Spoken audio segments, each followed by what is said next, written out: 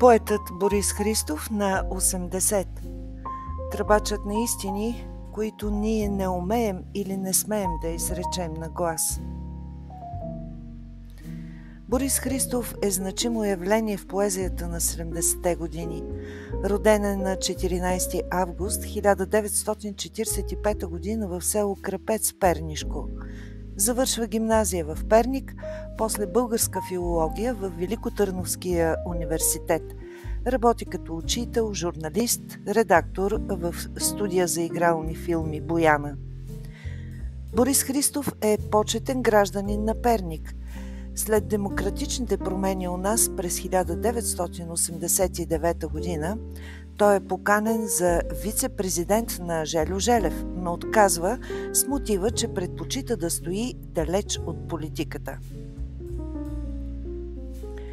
Борис Христов е носител на голямата награда на Софийския университет за литература през 2000 година, награда Никола Фурнаджиев през 2009 година, Орфеев венец 2009 година, голямата награда на портал Култура за цялостно творчество през 2013 година, награда Богдан Богданов 2017 година, Вазовата награда за литература през 2020 година.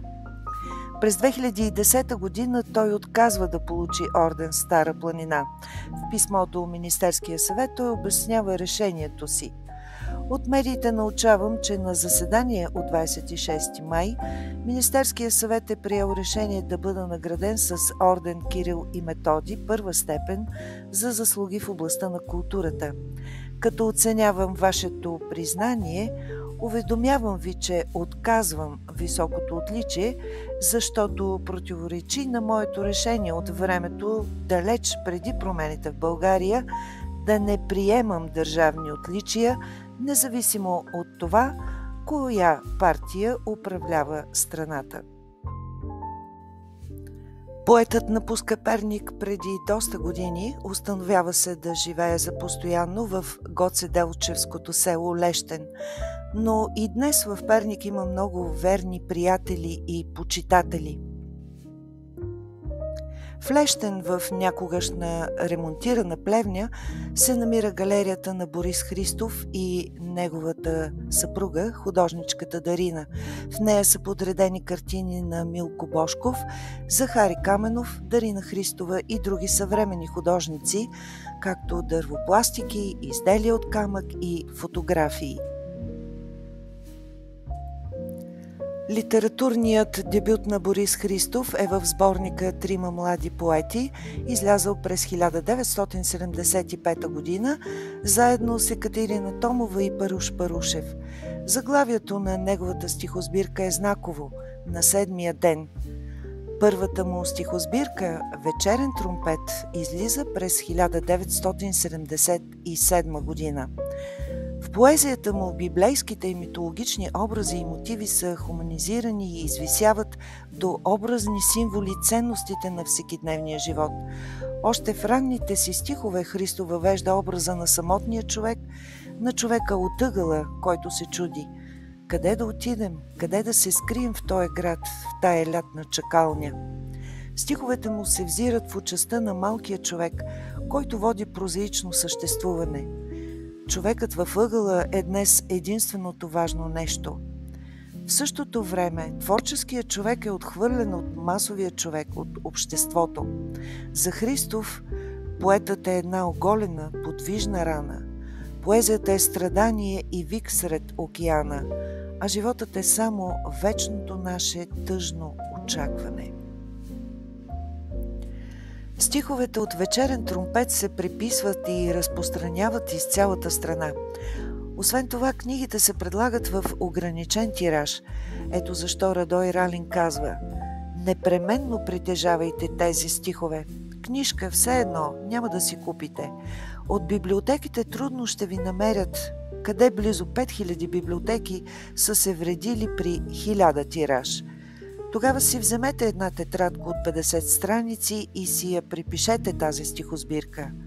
Поетът просто те превзема. От кога ни се четеше такъв поет?» В Втората поетична книга на Борис Христов „Честен кръст“ излиза през 1982 година.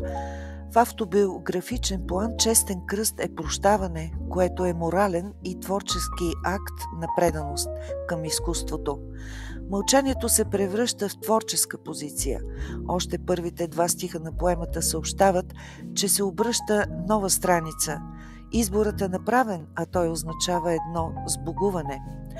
Затварям ви за думите уши, резето спускам. Не искам в моя дом да се говори за изкуство. Изведена е и причината. Не искам в хленчене и мъдрословия угодни, напразно да се споменава името Господне. Втората поетична книга „Честен кръст“ завършва с обет за мълчание. След това поетът навлиза в прозата. Сляпото куче, долината на обувките, бащата на яйцето и в началото на 90-те Христов се завръща към нов тип лапидарна поезия. Христов създава един сюрреалистичен свят с думи върху други думи, черни букви върху черен лист, каменна книга, книга на мълчанието, книга от заглавия, камък и слово, спомени за хора, камъни и риби, салонът на природата.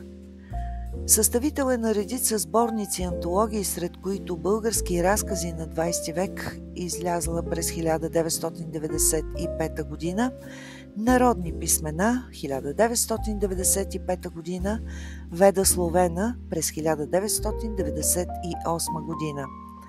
Филмите „Смъртта на заека“, „Сънува музика“, „Лабиринти“, „Корабът“ са по негови сценарии, както и „Бащата на яйцето“, в който деликатно ни напомня: почукайте по него, но полека, човекът все още е само яйце.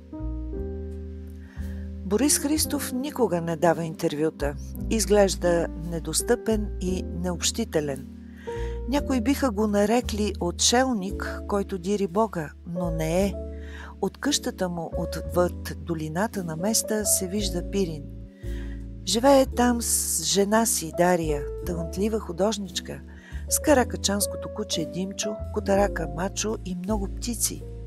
И синигерите идват да кълват зрънца от протегнатите длани на стопаните. Къщата на Борис е пълна с музика. Неговите дискове, събирани от всички краища на света, са толкова много, че не знам дали е възможно изобщо да се изслушат. Там има графики, майсторски копанарски работи, снимки на глухарчета, които поетът е правил, ценни книги и семейната страст, събираните от поречието на Места чудати камъни, разноцветни и разновидни.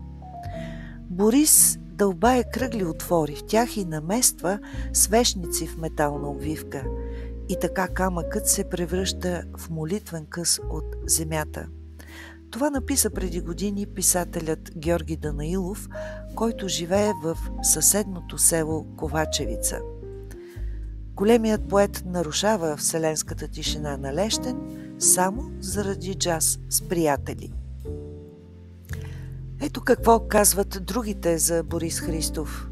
Според Иво Сиромахов, единственият голям, жив български поет е Борис Христов. Той публикува 2 стихосбирки – „Вечерен тромпет“ и „Честен кръст“. В тях има гениални стихотворения. Може би най-популярното му е „Самотният човек“, което Тодор Колев направи на песен.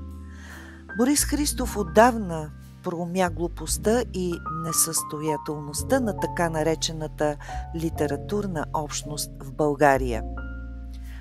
Кой е Борис Христов ли? Той влезе в обувките на Господ, обуги, разходи се в литературните дебри и остана там с изумителната си поезия. Това казва за него Божана Апостолова, а доктор Любомир Нанков: при него всеки стих е закована сълза, нищо не може да бъде дописано или премахнато, защото неговите стихотворения не са написани с мисъл за престиж, те са писани, защото не е могъл да не ги напише. Нравствената енергия, съдържаща се в творбите на Борис Христов, може да ни събуди от мъртвешкия сън, в който сме потънали, и да ни напомни, че ако искаме да бъдем човеци, трябва непрекъснато да се съпротивляваме и да отхвърляме философията на преклонената главичка. Метафоричният тромпетист Борис Христов ни призовава към това, казва Иван Границки. През 2022 година Борис Христов заедно с художника Милко Божков представиха общия си проект „Салонът на природата“. В него двамата, които са едни от най-разпознаваемите творци в своята сфера, тази на поезията и на живописта, разкриват един различен прочит на създаването на творба и общуването с гледащия. Салонът на природата потапя в произведенията на Милко Божков – 55 живописни, 42 акварела и 40 рисунки с туш, които са своеобразен коментар на стихове и фотографии на поета Борис Христов, който от своя страна поетично-философски изследва образа на камъка. Поетът е вдъхновен от тези размишления от години. В тази изложба мислите и стиховете на Борис Христов придобиват и живописен образ. Достигнал края на живота, нима е нужно да размисляш, през която и врата на камъка да влезеш, ще намериш него седнало в гостоприемна поза времето.